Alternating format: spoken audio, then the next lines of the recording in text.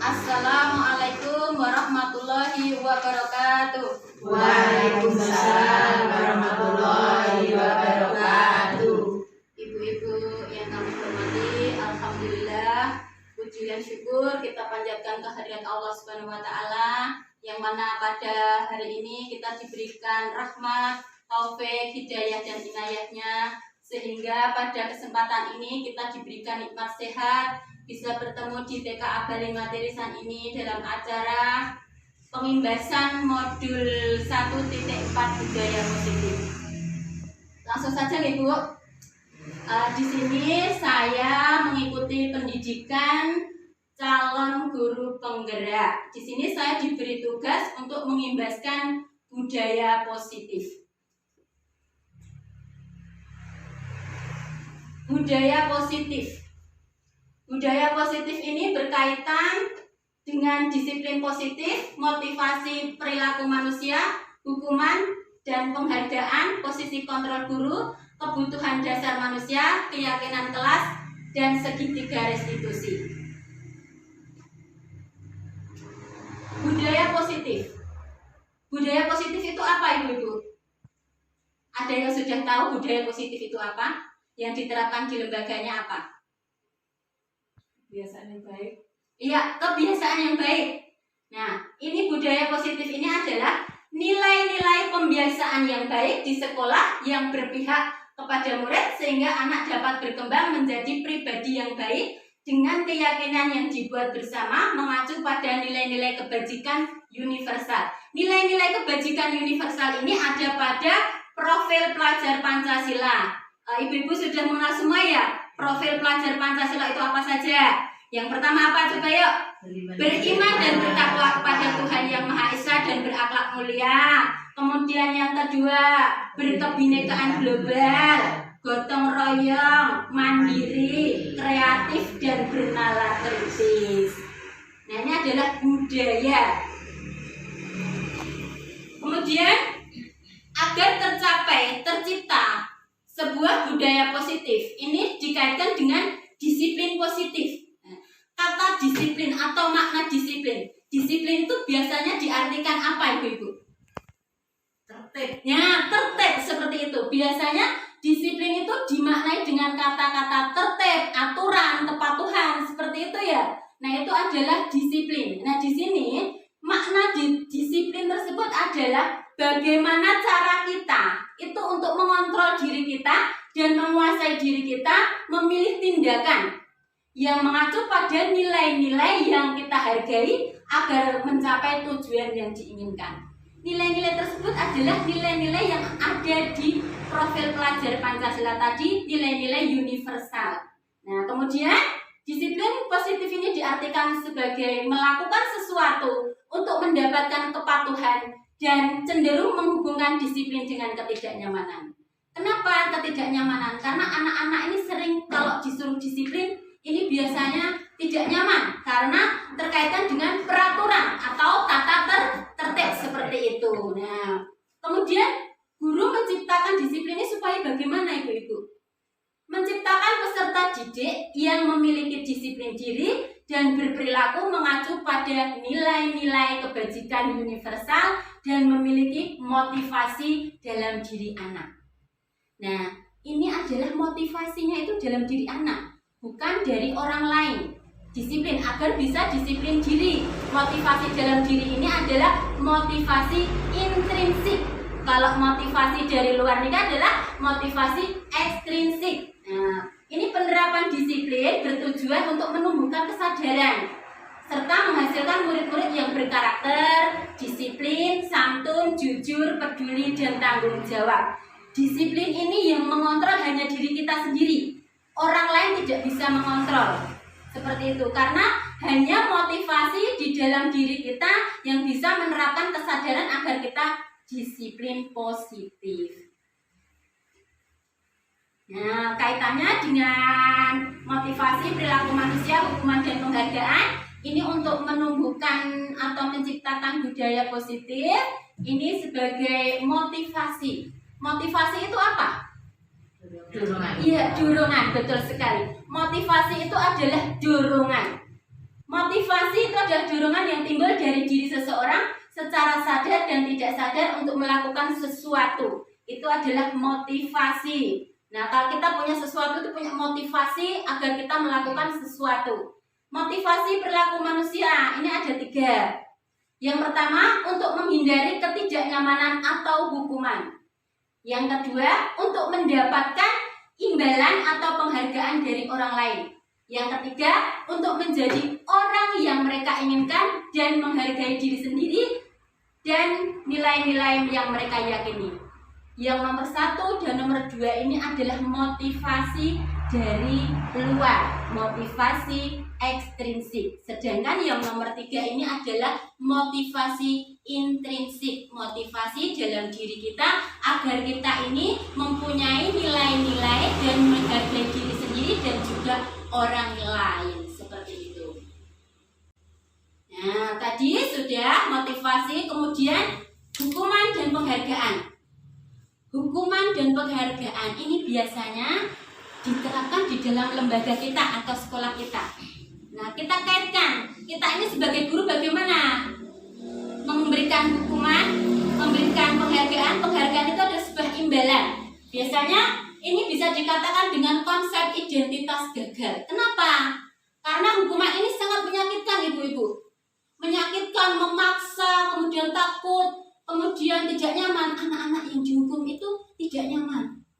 Anak-anak ini sangat menyakitkan karena biasanya kalau setelah dihukum ini akan teringat sampai nanti tua. Saya pernah dihukum oleh guru saya dalam hal ini, seperti itu. Nah, ini adalah hukuman. Kemudian penghargaan. Penghargaan ini tidak efektif, merusak hubungan atau sifat iri, mematikan kreativitas, menghukum, merampas hak untuk menghargai dirinya. Kalau di dalam kelas misalkan ada anak yang mewarnai, nah kamu mewarnai yang bagus ya, nanti saya belikan permen. Nah, seperti itu berarti anak-anak itu mengharap apa? Iya, hadiah, imbalan, penghargaan. Seperti itu sebenarnya itu kurang bagus untuk anak. Karena apa? Anak-anak ini nanti kreativitasnya hilang. Kenapa? Karena ketika nanti dia bertemu dengan guru yang lain dan tidak memberikan penghargaan atau imbalan, kreativitas anak ini akan hilang.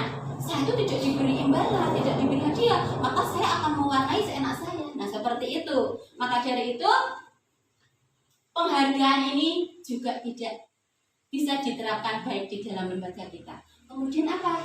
Ini nanti akan merusak hubungan anak yang satu dengan anak yang lain. Karena yang satu diberikan imbalan atau penghargaan, yang satu tidak. Apalagi kita di sekolah kita, di TK biasanya kalau anak yang satu diberikan, nanti yang satu iri. Seperti itu ya Bu ya. Jadi ini adalah hubungan antara hukuman dan penghargaan. Kemudian, nah ini yang dinamakan dengan konsekuensi dan restitusi. Ini untuk kaitannya dengan budaya positif. Ini konsep disiplin dengan identitas sukses, ibu-ibu. Karena apa? Konsekuensi ini terkait dengan aturan. Siswa mengikuti peraturan yang dibuat, stimulus dan respon. Murid menghormati peraturan, murid kehilangan waktu. Biasanya kalau konsekuensi ini hanya ditanya, konsekuensi kamu apa? Nah, seperti itu. Aturannya apa? Seperti itu. Kalau ada anak yang bermain balok dan tidak merapikan, ditanya konsekuensinya apa? Aturannya apa? Nah, seperti itu. Kemudian restitusi ini berbeda lagi. Kalau restitusi ini anak bertanggung jawab terhadap perilakunya, fokus pada pemecahan masalah jangka panjang. Murid menghormati dirinya dan orang lain. Teori kontrol, murid bersemangat memperbarui kesalahannya. Kalau restitusi ini anak akan belajar dari kesalahan, kemudian memperbaiki kesalahannya. Dia bisa bertanggung jawab, bisa kontrol diri. Nah, seperti itu. Nah, dalam teori kontrol ini ada 5 posisi teori kontrol. Dalam menciptakan budaya positif di suatu kelas atau sekolah, teori posisi kontrol guru ini juga ada kaitannya. Nah, ibu-ibu nanti ini di sini kalau di dalam lembaganya ibu-ibu termasuk yang mana? Karena yang nomor 1 ini adalah penghukum, pembuat rasa bersalah, yang ketiga teman, yang keempat pemantau, yang kelima manajer. Nah, ini ibu-ibu termasuk yang mana di dalam kelas atau lembaganya? Kalau penghukum, ini guru biasanya menghadik, ngomel-ngomel, suaranya keras. Nah, seperti itu. Kemudian apa? Pengaruh ke anak. Dampaknya ke anak itu apa?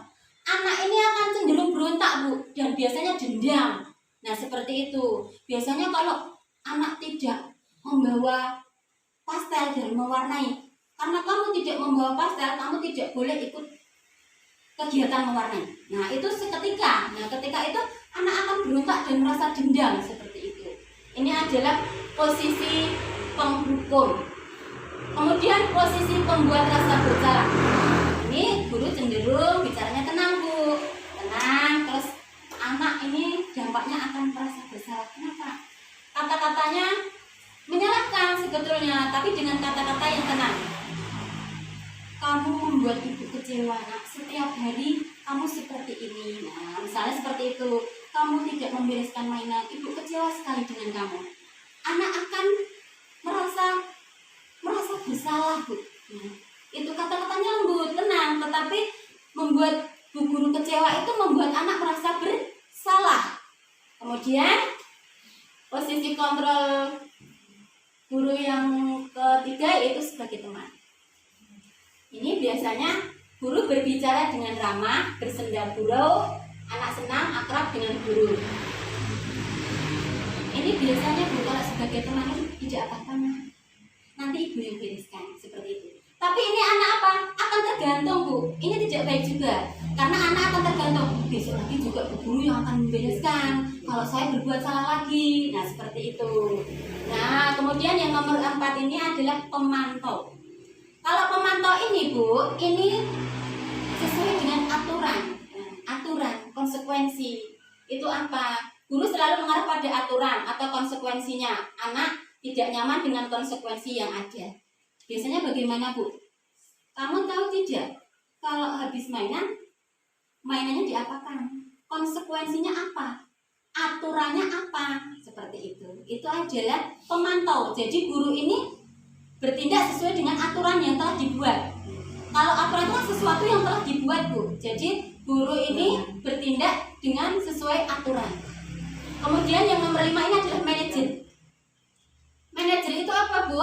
Nah, di sini guru membimbing murid bersikap disiplin, mandiri, dan bertanggung jawab. Anak belajar dari kesalahan dan memecahkan masalah. Biasanya anak ditanya, kenapa kamu melakukan itu? Bagaimana nantinya setelah melakukan itu? Tindakan selanjutnya besok akan mengulangi tidak? Nah, itu sebagai manajer. Dia akan bertanya kepada anak, kemudian tindakan anak yang akan dilakukan setelah itu apa, seperti itu. Nah, itu adalah manajer. Kemudian dari semua ini tadi itu ada pemenuhan, Bu. Kenapa anak tadi itu ada yang suka misalkan tidak suka membereskan atau bagaimana? Itu kebutuhan dasarnya apa yang memenuhinya, kebutuhan dasarnya. Di sini untuk menciptakan budaya positif itu juga terkait dengan kebutuhan dasar manusia. Yang pertama adalah kebutuhan dasar bertahan hidup. Yang kedua, kasih sayang dan rasa diterima. Yang ketiga, penguasaan. Yang keempat, kebebasan. Dan yang kelima, kesenangan. Bertahan hidup. Ini apa saja, Bu? Kita membutuhkan makan, minum, istirahat. Karena kita butuh itu untuk bertahan hidup. Terus kemudian kasih sayang. Di dalam sebuah keluarga kita membutuhkan kasih sayang. Apalagi di sekolah kita juga membutuhkan kasih sayang. Misalkan anak kepada guru atau guru kepada anak. Biasanya ada anak yang sering mendekati gurunya atau bagaimana. Kemudian guru memberikan kasih sayang kepada anak tersebut. Anak tersebut berarti membutuhkan suatu kasih sayang. Nah, kemudian penguasaan. Penguasaan ini keinginan untuk berprestasi, mencapai sesuatu, kompeten, terampil. Biasanya Misalnya ini memilih pilihan ya Bu, ini penguasaan. Biasanya dia ingin berkuasa, ingin menjadi pemimpin. Nah, Bu Guru, saya pengen yang menyiapkan. Nah, seperti itu. Bu Guru, hari ini saya mau jadi pemimpin. Nah, seperti itu. Itu adalah penguasaan. Kemudian kebebasan. Kebebasan ini adalah kebutuhan untuk kemandirian, memiliki pilihan, dan mampu mengendalikan arah untuk hidup seseorang. Bebas, Bu. Dia pengen bermain-main, seperti itu. Nah, mungkin ada anak yang seperti ini, dia pengen kebebasan, tidak mau dikekang. Nah, seperti itu. Berarti kebutuhan dasar anak ini adalah kebebasan. Kemudian kesenangan. Kebutuhan anak ini akan bersenang-senang, bermain, tertawa. Dia tidak ingin sesuatu yang sakit di dalam dirinya, sedih. Pokoknya dia ingin senang, seperti itu. Kemudian, ini adalah keyakinan kelas, di mana sebuah budaya positif akan tercipta dengan adanya suatu keyakinan kelas yang dibuat. Di sini, keyakinan kelas itu apa? Keyakinan kelas itu adalah nilai-nilai kebajikan atau prinsip-prinsip universal yang disepakati bersama secara tersirat dan tersurat, lepas dari latar belakang suku, negara, bahasa, dan agama. Keyakinan kelasnya dilakukan dengan apa, Bu? Di dalam kelas, keyakinan kelas ini dilakukan dengan curah pendapat. Artinya apa? Kita ini berpendapat dengan anak-anak bagaimana agar budaya positif lingkungan kelas kita ini aman, nyaman, menyenangkan. Maka kita buat kesepakatan atau keyakinan kelas. Nah, di sini Bu, saya telah membuat keyakinan kelas bersama anak-anak saya. Nanti bisa dilihat video tentang keyakinan kelas yang saya buat bersama anak-anak agar tercipta budaya positif.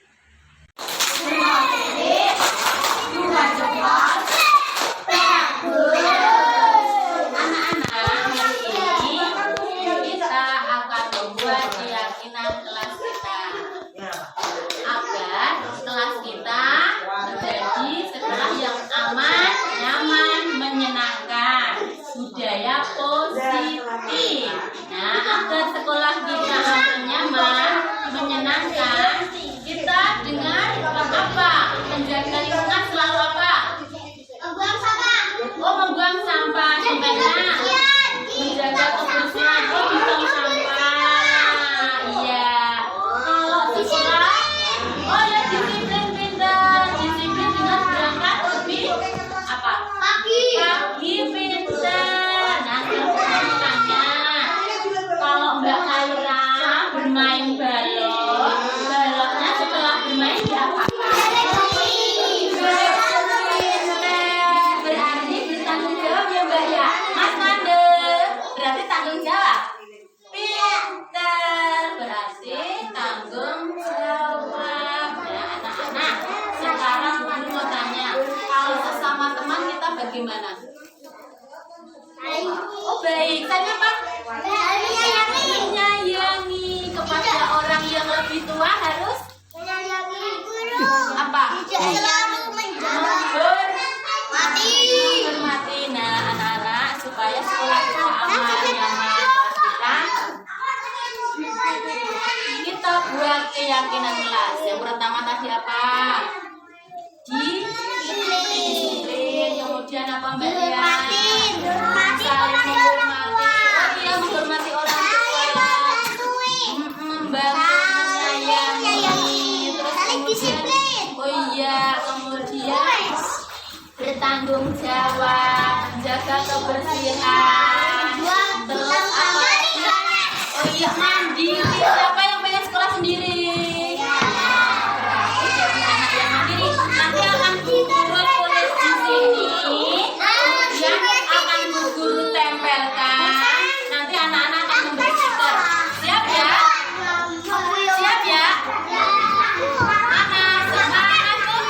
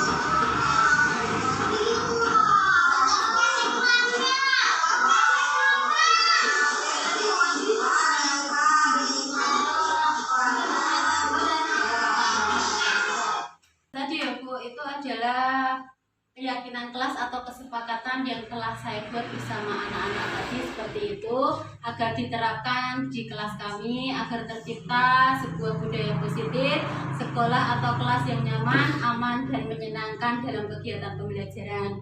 Kemudian saya juga menggunakan segitiga restitusi.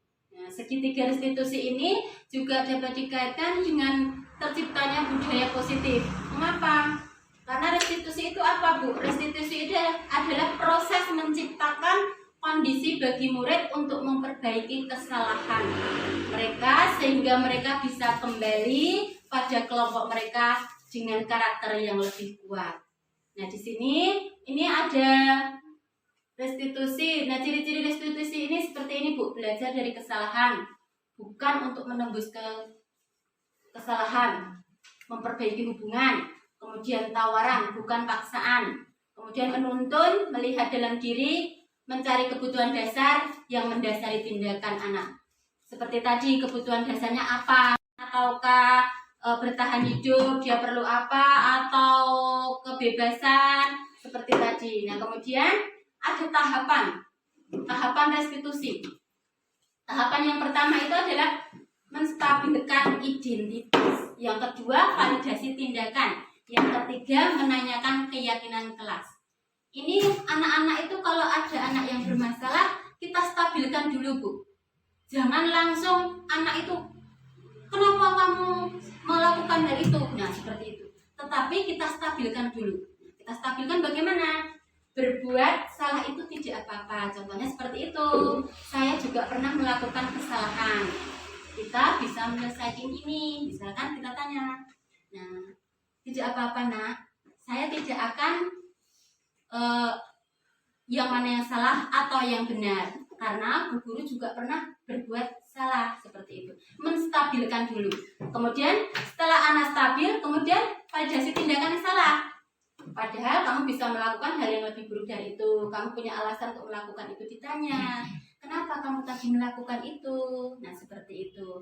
Anak tersebut akan beralasan. Oh, karena saya mungkin malas, atau karena saya bercanda, Bu Guru, saya tidak sengaja melakukan ini. Nah, seperti itu.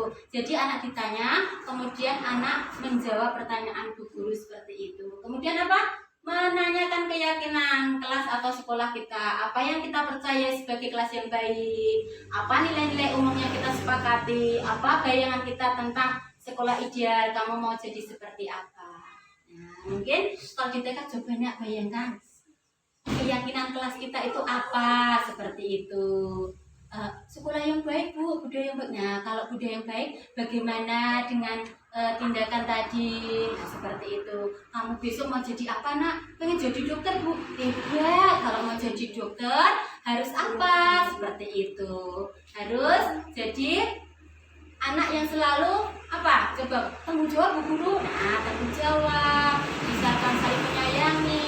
Itu adalah menanyakan keyakinan kelas yang telah kita lakukan atau kita sepakati. Nah, di sini, Bu, saya juga melakukan praktek segitiga restitusi dalam menangani sebuah kasus. Nah, seperti ini. Ini adalah kasusnya.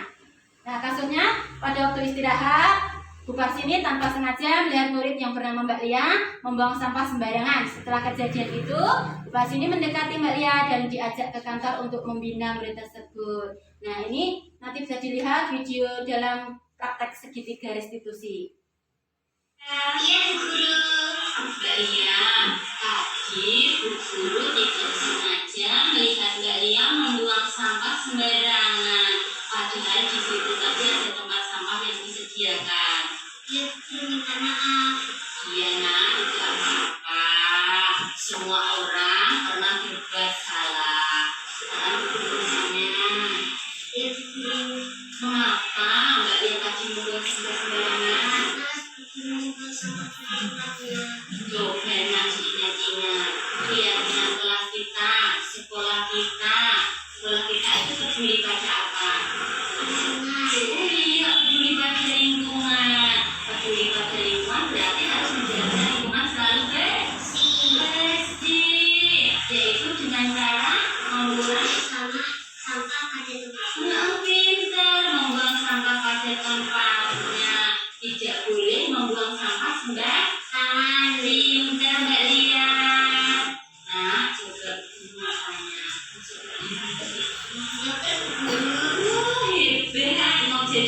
pinter, berarti orang sukses ya. Menjadi orang yang sukses, yang bekerja, contohnya rajin, tanggung jawab. Membuang sampah gimana?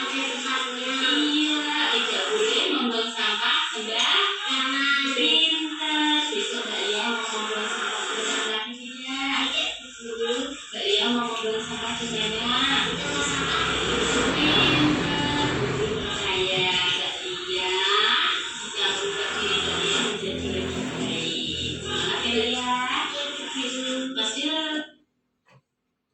Nah, ibu-ibu, tadi itu adalah praktek segitiga restitusi, di mana sebuah kasus di dalam kelas saya ada anak yang membuang sampah tanpa sengaja saya melihatnya, kemudian saya menanganinya dengan praktek segitiga restitusi dengan tahapan yang pertama tadi adalah menstabilkan identitas, kemudian yang kedua tadi apa Bu tadi yang kedua? Validasi tindakan. Yang ketiga, menanyakan keyakinan. Nah, seperti itu. Nah, kemudian itu tadi adalah bagaimana agar tercipta budaya positif di dalam kelas ataupun sekolah kita. Nah, terima kasih.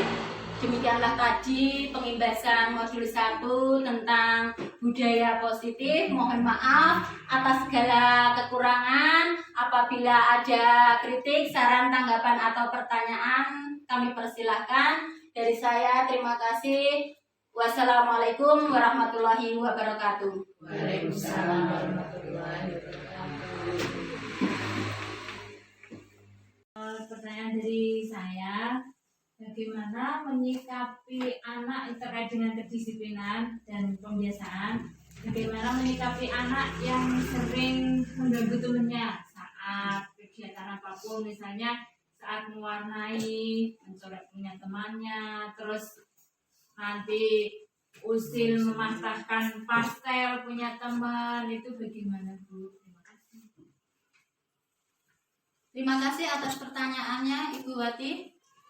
Anak tersebut adalah anak yang hiperaktif ya Bu, seperti itu. Anak yang selalu usil, selalu mengganggu teman, berarti ini tidak nyaman buat temannya. Nah, berarti sekolahnya juga tidak nyaman kelas kita, karena ada anak yang selalu mengganggu. Bagaimana kita mengatasi anak yang selalu mengganggu? Kita gunakan kebutuhan dasarnya tadi apa Bu? Anak tadi itu butuhnya bagaimana? Kita dekati. Dia maunya apa? Anak itu sekarang ini merdeka Bu. Jadi maksudnya bagaimana? Anak itu kita kembangkan. Bakatnya apa? Potensinya apa? Nah, kita gali. Anak tersebut mau apa? Kita dekati. Kalau anak tersebut pengennya Bu Guru, saya itu pengennya bermain bebas. Nah, mungkin kita tempatkan anak tersebut di tempat yang bebas. Kita ajak Bu. Kita ajak keluar. Bagaimana kalau dengan pembelajaran di luar seperti apa? Seperti itu. Kemudian kita gali juga, kita berikan pertanyaan. Kalau dia sering mengganggu temannya, ini kita tanya juga. Kalau mengganggu temannya itu bagaimana? Teman kita nanti bagaimana?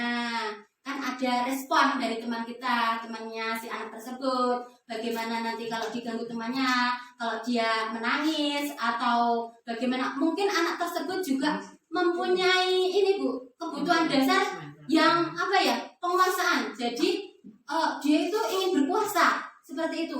Pokoknya saya ingin berkuasa. Saya ingin teman-teman saya itu di bawah saya. Ada anak yang seperti itu. Dia tidak mau dikalahkan seperti itu. Nah, penanganannya itu tidak langsung seketika Bu. Mungkin dengan pendekatan, kemudian dengan diberikan arahan, bimbingan, kemudian diberikan contoh-contoh yang dapat membangkitkan anak tersebut untuk merubah dirinya sedikit demi sedikit. Karena yang namanya anak-anak, apalagi anak-anak usia TK, tidak mungkin Bu sekali diberikan ini langsung berubah seperti itu. Mungkin itu Bu yang bisa saya jawab. Mohon maaf kalau dalam saya menjawab kurang puas bagi Bu Wati tersebut. Mungkin jawaban dari saya. Bagaimana Bu Wati? Ya, terima kasih. Assalamualaikum warahmatullahi wabarakatuh. Perkenalkan, nama saya Suti Lemes PD Aut, Kepala TK Abal di Matilisan. Di sini saya akan memberikan tanggapan terkait guru kami pada kegiatan KKG Pengimbasan Budaya Positif. tentang apa yang diimbaskan Ibu Parsini SPD AUD benar sekali, yaitu tentang pembuatan keyakinan kelas dan penerapan keyakinan kelas kepada anak-anak, sehingga anak-anak akan menerapkan budaya positif, sehingga pembiasaan-pembiasaan yang baik menjadi anak yang berkarakter, tercermin pada profil pelajar Pancasila. Demikian tanggapan yang dapat kami sampaikan. Kami ucapkan terima kasih. Wabillahi taufiq wal hidayah. Assalamualaikum warahmatullahi wabarakatuh.